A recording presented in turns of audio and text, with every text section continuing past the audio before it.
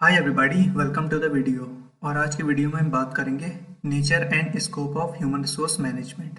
Means human resource management का क्या nature and scope होता है। So what is human resource management? So to manage employees in an organization is called human resource management. So इसी से इसका पहला nature निकल के आता है, that is people oriented. Means human resource management क्या है? People oriented. It focuses on managing people within an organization, understanding their needs, ensuring their growth and development. Means एक ऑर्गेनाइजेशन में लोगों को मैनेज करना, उनकी नीड्स को समझना, उनकी ग्रोथ और डेवलपमेंट पे वर्क करना।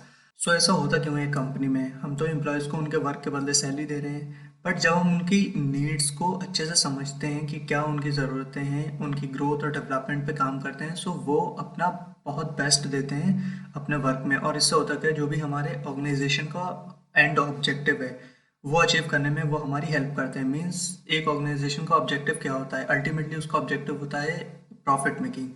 सो जब एम्प्लॉयज़ उसके अच्छे से वर्क करेंगे, सो अल्टीमेटली वो प्रॉफिट जनरेट कर पाएगा। And second is comprehensive.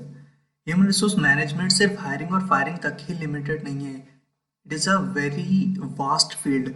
Means recruitment से रिटायरमेंट तक, जो भी उसके बाद जो भी उनकी ट्रेनिंग है, डेवलपमेंट है, परफॉर्मेंस मैनेजमेंट है, एम्प्लॉयज़ रिलेशन है, मीन्स जो भी कंपनी में एम्प्लॉयज़ का डिस्प्यूट्स हैं, उनके ग्रीवियंसेस हैं, उन्हें हैंडल करना, ये सारा ह्यूमन रिसोर्स मैनेजमेंट के अंडर आता है। Third one is dynamic.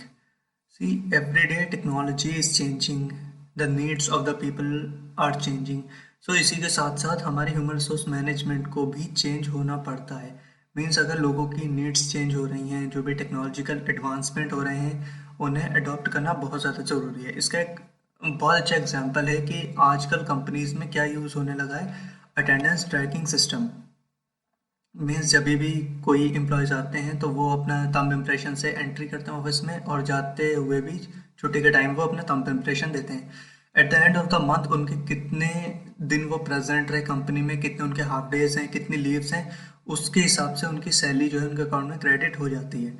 अब ये जब बहुत बड़ी ऑर्गेनाइजेशन है वहाँ पे ये बहुत ज़्यादा हेल्प करता है। अब मान के चलें कोई एक बंदा इसके लिए सेपरेट बिठा दिया है, जो कि लोगों के आने का टाइम, जाने का टाइम नोट कर रहा है। सो बहुत छोटे लेवल पे वो चीज़ पॉसिबल है, 2 4 5 बंदों के लिए वो चीज़ पॉसिबल है। अगर 2 4 5 एम्प्लॉयज़ हैं तो वो चीज़ पॉसिबल है, बट अगर कंपनी में 100 200 500 1000 लोग वर्क कर रहे हैं, सो इट्स नॉट पॉसिबल। सो उसमें होता क्या है, जो भी हमारा टेक्नोलॉजिकल एडवांसमेंट है वो उसमें हेल्प किया है। So human resource management dynamic होता है।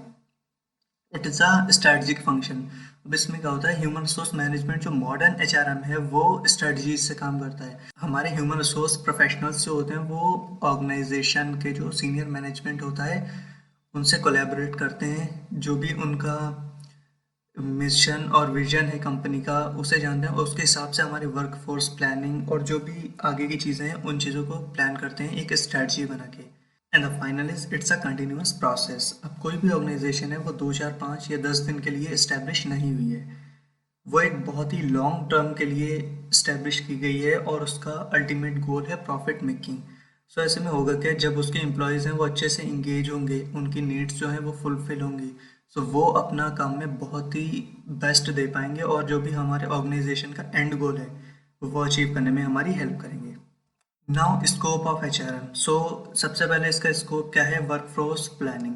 मीन्स ऑर्गेनाइजेशन का जो भी ऑब्जेक्टिव है उसके हिसाब से हमारी जो वर्कफोर्स है उसकी प्लानिंग करना। देन रिक्रूटमेंट एंड सिलेक्शन, लोगों को, जो सही लोग हैं उन्हें रिक्रूट करना, और जो बंदे फाइनल होते हैं उन्हें सेलेक्ट करना।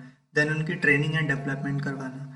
देन उनका परफॉर्मेंस मैनेजमेंट करना। Then compensation and benefits, means जो भी उनका फेयर वेजेस बनते हैं वो उन्हें प्रोवाइड कराना। इसके अलावा जो भी एडिशनल बेनिफिट्स हैं कंपनी के वो उन्हें प्रोवाइड कराना। Then conflict and grievance handling, जो भी उनके ग्रेवियंसेस होते हैं, जो भी उनके कॉन्फ्लिक्ट्स अराइज होते हैं उन्हें हैंडल कराना। अब कॉन्फ्लिक्ट्स जो हैं वो सिर्फ एम्प्लॉय के बीच में नहीं होते हैं, वो एम्प्लॉय मैनेजमेंट के बीच में भी अराइज हो सकते हैं। सो ऐसे में जो ह्यूमन रिसोर्स मैनेजमेंट होता है वो एक मीडिएटर का काम करता है between employees and management. And then final HR analytics, means जो भी एचआर के पास डेटा है उससे एनालिसिस करना और उसके बेसिस पे डिसीजन लेना। सो ये सारे थे कुछ scope and nature of HRM. आने वाली वीडियोस में हम और भी टॉपिक एचआर के कवर करेंगे। So till the time keep learning. Thank you.